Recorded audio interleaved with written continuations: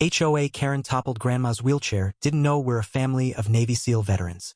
The sun hung low over Willow Creek Park, casting golden rays across the manicured lawns where children laughed and dogs bounded. For the Thompson family, it was supposed to be a rare afternoon of peace. Grandma Eleanor, 78, sat in her wheelchair, her frail hands clutching a small bouquet of daisies she'd picked from her garden. Her grandsons Mark, Luke, and Daniel, all Navy SEAL veterans, stood nearby, joking softly to keep her spirits high. Eleanor's eyes sparkled with pride. These men, hardened by war, were her boys, her legacy. After years of deployments, they'd come home to care for her, their bond forged in sacrifice and love. But peace shattered when Karen stormed in. She was the HOA president, a self-appointed guardian of Willow Creek's standards.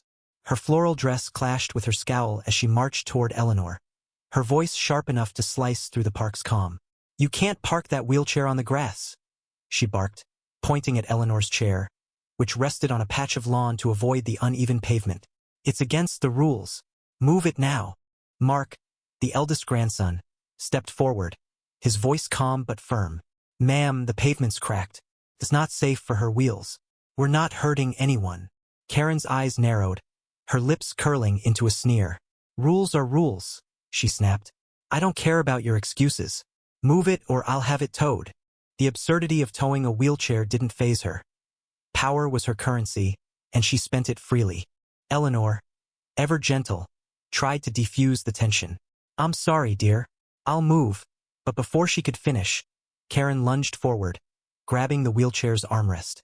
"I said now," she shouted, yanking the chair. Time slowed as Eleanor's frail body tipped. The wheelchair toppled, and she hit the ground with a sickening thud, daisies scattering like broken promises. Gasps rose from onlookers.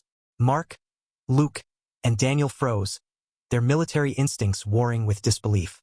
Their grandmother, their anchor, lay crumpled because of this woman's rage.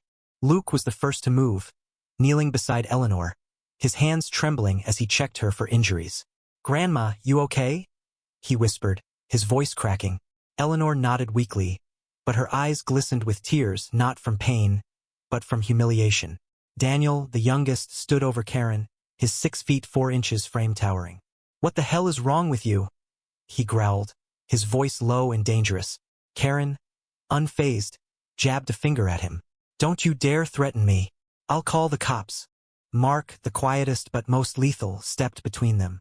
His eyes, trained to spot threats in war zones, locked onto Karen's. "You just assaulted our grandmother," he said, each word a blade. "You don't get to walk away from this." The crowd grew, phones out, recording the scene. Karen's confidence wavered, but she doubled down. She was breaking the rules. "I'm protecting this community." Then came the twist no one saw coming. A small figure pushed through the crowd, an 8-year-old girl named Mia, Karen's daughter. She'd been playing nearby, unseen until now. Her wide eyes took in the scene. Eleanor on the ground, daisies crushed, her mother's face twisted with defiance. "Mom, why did you do that?" Mia's voice was small but piercing, cutting through the tension like a siren. Karen froze, her bravado crumbling. "Mia, stay out of this," she hissed.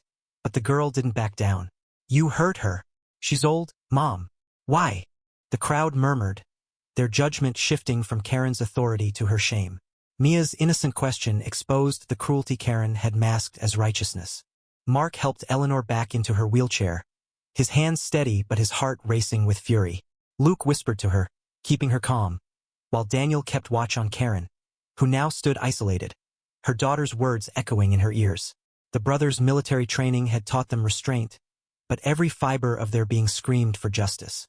They could have ended this differently physically, swiftly, but they chose another path. "You'll answer for this," Mark said, his voice cold. "Not to us, to the law, and to your daughter." The police arrived, summoned by a bystander. Karen's bluster faded as officers took statements.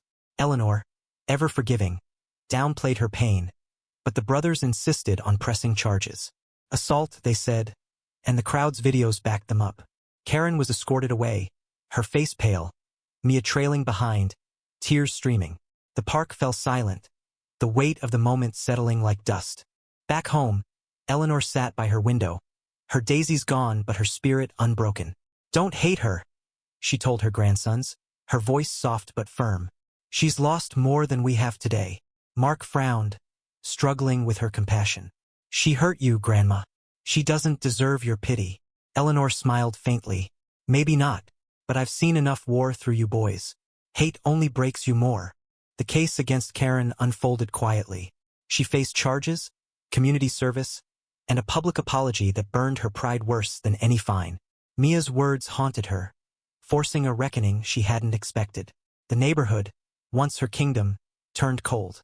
The Thompsons, meanwhile, rebuilt their peace, their bond stronger for it.